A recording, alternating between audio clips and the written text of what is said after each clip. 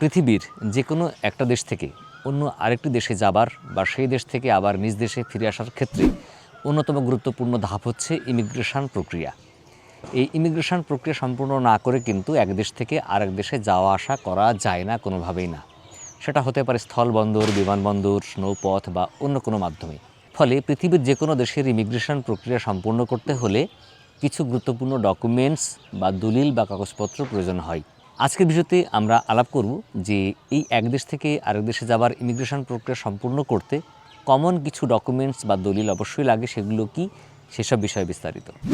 Immigration প্রক্রিয়া সম্পূর্ণ করার সময় যদি আপনার কোনো কাগজপত্রের ঘাটতি থাকে বা কোনো কাগজপত্র কম থাকে বা না থাকে বা সঠিক কাগজপত্র বা তথ্য না থাকে, তাহলে কিন্তু অনেক সময় আপনার কাঙ্ক্ষিত ভ্রমণ যাত্রা বাতিল হয়ে যেতে পারে। কারণ বর্তমান সময়ে বহির্বিশ্বে যাতায়াত, ভ্রমণ বা ফিরে আসার ক্ষেত্রে ইমিগ্রেশন প্রক্রিয়া কঠিন থেকে কঠিনতর হচ্ছে। ফলে এই ভিডিওতে উল্লেখিত প্রত্যেকটা ডকুমেন্টস যদি আপনার সাথে থাকে, তাহলে আপনি অনায়াসে পৃথিবীর যে কোনো দেশে ভ্রমণ করতে পারবেন বা ভ্রমণ করে ফিরে আসতে পারবেন। Number 1, passport. পাসপোর্ট হচ্ছে একজন নাগরিকের ভ্যালিড ইন্টারন্যাশনাল ডকুমেন্টস, যে ডকুমেন্টস ছাড়া আপনি নিজ দেশ থেকে পৃথিবীর কোনো দেশেই যেতে পারবেন না। প্রশ্ন হলো এই পাসপোর্টটা ভ্যালিড কেন বলছি? কারণ অনেক পাসপোর্ট এমন হতে পারে ভ্যালিড নেই। ভ্যালিড কখন কখন থাকে না, যেমন এই পাসপোর্টের আর মেয়াদ নেই, মেয়াদ শেষ হয়ে গেছে, ফলে ভ্যালিড না। এই পাসপোর্টটাই আপনার দেশের সরকার কোনো কারণে ব্যান্ড করেছে, বাজেয়াপ্ত করেছে বা তারা কন্ট্রোলড করেছে, নষ্ট করে দিয়েছে। সরকার কিন্তু চাইলে যে কোনো সময় যে কোনো কারো পাসপোর্টটা বাতিল করতে পারে। হয়তো পাসপোর্টের মেয়াদ আছে, সরকার বাতিল করার কারণে ওই পাসপোর্ট আপনি আর ব্যবহার করতে পারছেন না, ফলে এই পাসপোর্টটাও ভ্যালিড না। যেমন অনেক রাজনৈতিক ব্যক্তিত্বের পাসপোর্ট কিন্তু অনেক সময় সরকার বাতিল করে দেয়, অবৈধ ঘোষণা করে, তো সেক্ষেত্রে আপনি ব্যবহার করতে পারবেন না। তারপরে এই পাসপোর্টে আপনার মিনিমাম 2টা পৃষ্ঠা বা পেজ খালি থাকতে হবে। পাসপোর্টের মেয়াদ আছে কিন্তু কোনো পেজ খালি নেই, সব জায়গাতে স্টিকার, ভিসা বা এক্সিট এন্ট্রি সিল দেওয়া আছে, ফলে আর কোনো পৃষ্ঠায় খালি নেই, তাহলে কিন্তু এটার ভ্যালিড না, এটা নিয়েও যেতে পারবেন না। তো ফলে সব মিলিয়ে এই পাসপোর্টটা আপনার ভ্যালিড পাসপোর্ট হতে হবে, তবে আপনি পাসপোর্টটা নিয়ে পৃথিবীর যে কোনো দেশে ভ্রমণে যেতে পারবেন। Number 2, visa. বাংলাদেশ থেকে পৃথিবীর অধিকাংশ দেশেই যাবার ক্ষেত্রে ভিসা পূর্বে থেকে নিতে হয়। অর্থাৎ বাংলাদেশ থেকে আপনি ওই দেশের অ্যাম্বাসিতে বা ওই দেশের ভিসা আবেদন কেন্দ্রে বা ওই দেশের কনসুলেটে বা যে কোনো প্রক্রিয়ায় হোক, ওই দেশের ভিসা নিয়ে তারপরে আপনাকে ইমিগ্রেশন প্রক্রিয়া সম্পূর্ণ করে ওই দেশে যেতে হয়। তো ফলে পূর্ব থেকে ভিসা যে সমস্ত দেশের নেওয়া লাগে, আপনার অবশ্যই পূর্ব থেকেই ভিসা নিতে হতে পারে। সেই ভিসা হতে পারে ই ভিসা, মানে ইলেকট্রনিক ভিসা, হতে পারে অনলাইন ভিসা, হতে পারে স্টিকার ভিসা, যে প্রক্রিয়ায় হোক ভিসাটা আপনার থাকতে হবে। আবার পৃথিবীর অনেক দেশ আছে যারা পূর্বে থেকেই ভিসা দেয় না, ভিসা দেয় অন অ্যারাইভেল ভিসা। যেমন বাংলাদেশিদের জন্যে পার্শ্ববর্তী দেশের মধ্যে নেপাল, ভুটান, তারপরে হচ্ছে যে মালদ্বীপ, ভিসা লাগে না, অন অ্যারাইভেল ভিসা দেয়। আবার শ্রীলঙ্কা আগে অন অ্যারাইভেল ভিসা দিত, বর্তমানে তারা ই ভিসা দিচ্ছে। তো ফলে আপনাকে খেয়াল রাখতে হবে যে দেশের জন্য যে ভিসা পলিসি আছে, সেই দেশে যাবার ক্ষেত্রে সেই ভিসা পলিসি অনুসরণ করলে আপনি ওই দেশের যাবার জন্য ইমিগ্রেশনে এই ভিসা সংক্রান্ত তথ্যপত্র দেখাতে পারবেন। Number 3, boarding pass. Boarding pass শুধুমাত্র লাগবে যখন আপনি বিমানে পৃথিবীর এক দেশ থেকে আরেক দেশে যাবেন, তখন এই বোর্ডিং পাস কিন্তু ইস্যু করে যে বিমান সংস্থা বা এয়ারলাইন্সের টিকিট আপনি কেটেছেন। প্রথমে আপনাকে এয়ারপোর্টে গিয়ে সেই এয়ারলাইন্সে গিয়ে আপনার টিকিট ক্রয়ের যে প্রমাণপত্র সাবমিট করলে তারা আপনাকে একটা বোর্ডিং পাস দিয়ে দিবে। এই বোর্ডিং পাস মূলত আপনার ওই বিমানে ওঠার একটা টিকিট। আর এই বোর্ডিং পাসটা ইমিগ্রেশনে চাইলে তারা দেখতে পারে, আর তারা না দেখলেও আপনাকে অবশ্যই ওই বিমানে ওঠার সময় বিমান কর্তৃপক্ষ বা এয়ারলাইন্স কর্তৃপক্ষ অবশ্যই দেখে চেক করে তারপরে আপনাকে বিমানে ওঠাবেন। Number 4, return ticket.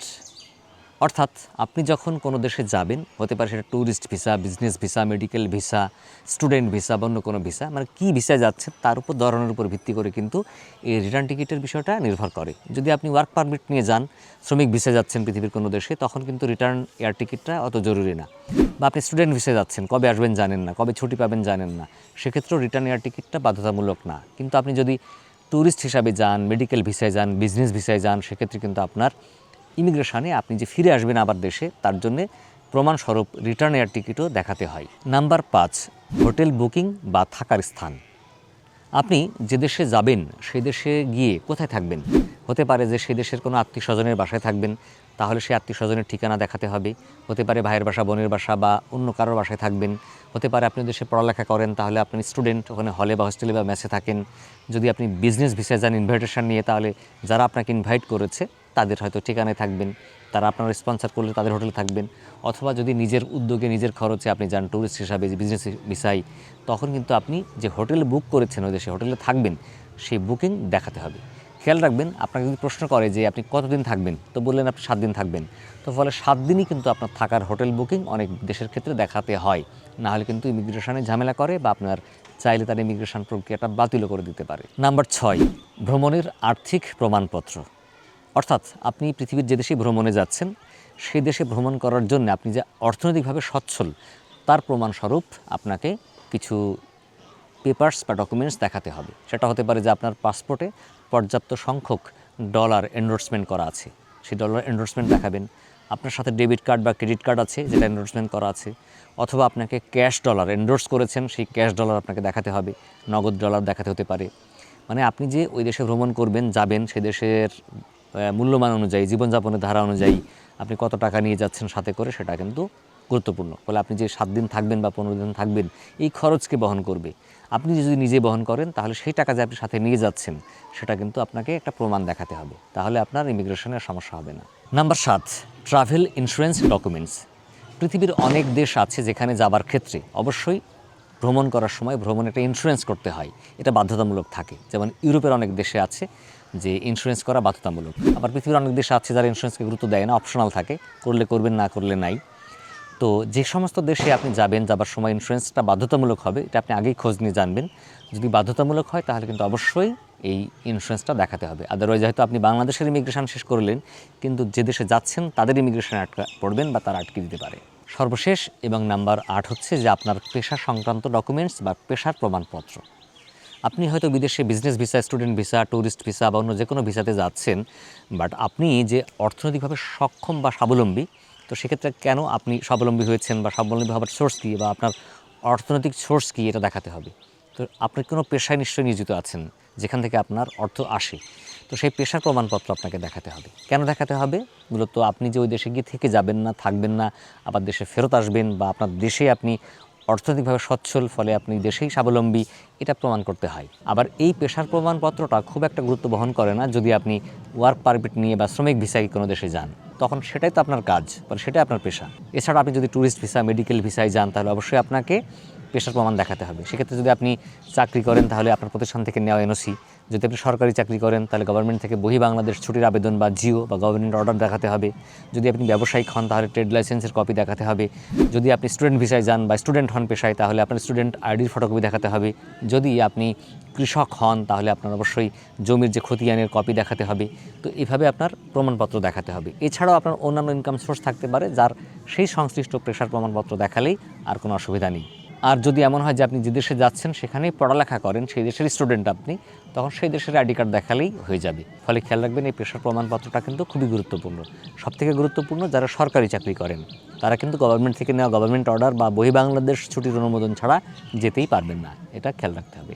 আর যে সমস্ত কাগজপত্রের কথা আমি বললাম, এই প্রত্যেকটা কাগজপত্রের যদি সম্ভব হয় অরিজিনাল কপি, আর যদি না সম্ভব হয় তাহলে প্রত্যেকটা কাগজপত্রের ফটোকপি আপনার সাথে অবশ্যই রাখবেন, যেন সেখানে আপনি দেখাতে পারেন। খেয়াল রাখবেন, ইমিগ্রেশন হবে 2 জায়গায়। একবার হচ্ছে যখন আপনি বাংলাদেশ থেকে বের হবেন অন্য দেশের উদ্দেশ্যে, তখন বাংলাদেশ প্রান্তের ইমিগ্রেশন হবে।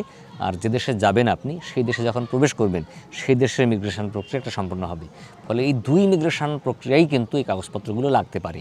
বা কখনো এমন হয় যে বাংলাদেশ প্রান্তে যেগুলো লাগলো ওই দেশে সেগুলো লাগছে না, বা ওই দেশে যেগুলো চাইছে আবার বাংলাদেশে সেগুলো নাও চাইতে পারে। তো খেয়াল রাখবেন যে এই সমস্ত কাগজপত্র, ডকুমেন্ট যেন আপনার সাথে থাকে, তাহলে অনায়াসে আপনি নির্বিঘ্নে পৃথিবীর যে কোনো দেশে সহজেই ভ্রমণ করতে পারবেন, কোনোরূপ ঝক্কি ঝামেলা ছাড়াই। তো বন্ধুরা, আজকে পর্যন্ত, দেখা হবে পরবর্তীতে আবার অন্য কোনো গুরুত্বপূর্ণ বিষয় নিয়ে। ততদিন ভালো থাকবেন। আমাদের ভিডিও ভালো লাগলে শেয়ার করে অন্যকে দেখার সুযোগ করে দিবেন। আমাদের চ্যানেলকে লাইক, ফলো করে সাথে থাকবেন। আর আমাদের ফেসবুক পেজ যেটা ছিল সেটা নষ্ট হয়ে গেছে, নতুন আরেকটি ফেসবুক পেজ খোলা হয়েছে ফ্লাইং বার্ড চ্যানেলের। আপনারা এই ফেসবুক পেজকে ফলো করে, লাইক করে আমাদের সাথে থাকবেন। ডেসক্রিপশনে থাকবে ফেসবুক পেজ এবং ফেসবুক গ্রুপের লিঙ্ক, সেখান থেকে আপনারা আমাদের সাথে যুক্ত হয়ে যেতে পারবেন। আল্লাহ হাফিজ, আসসালামু আলাইকুম।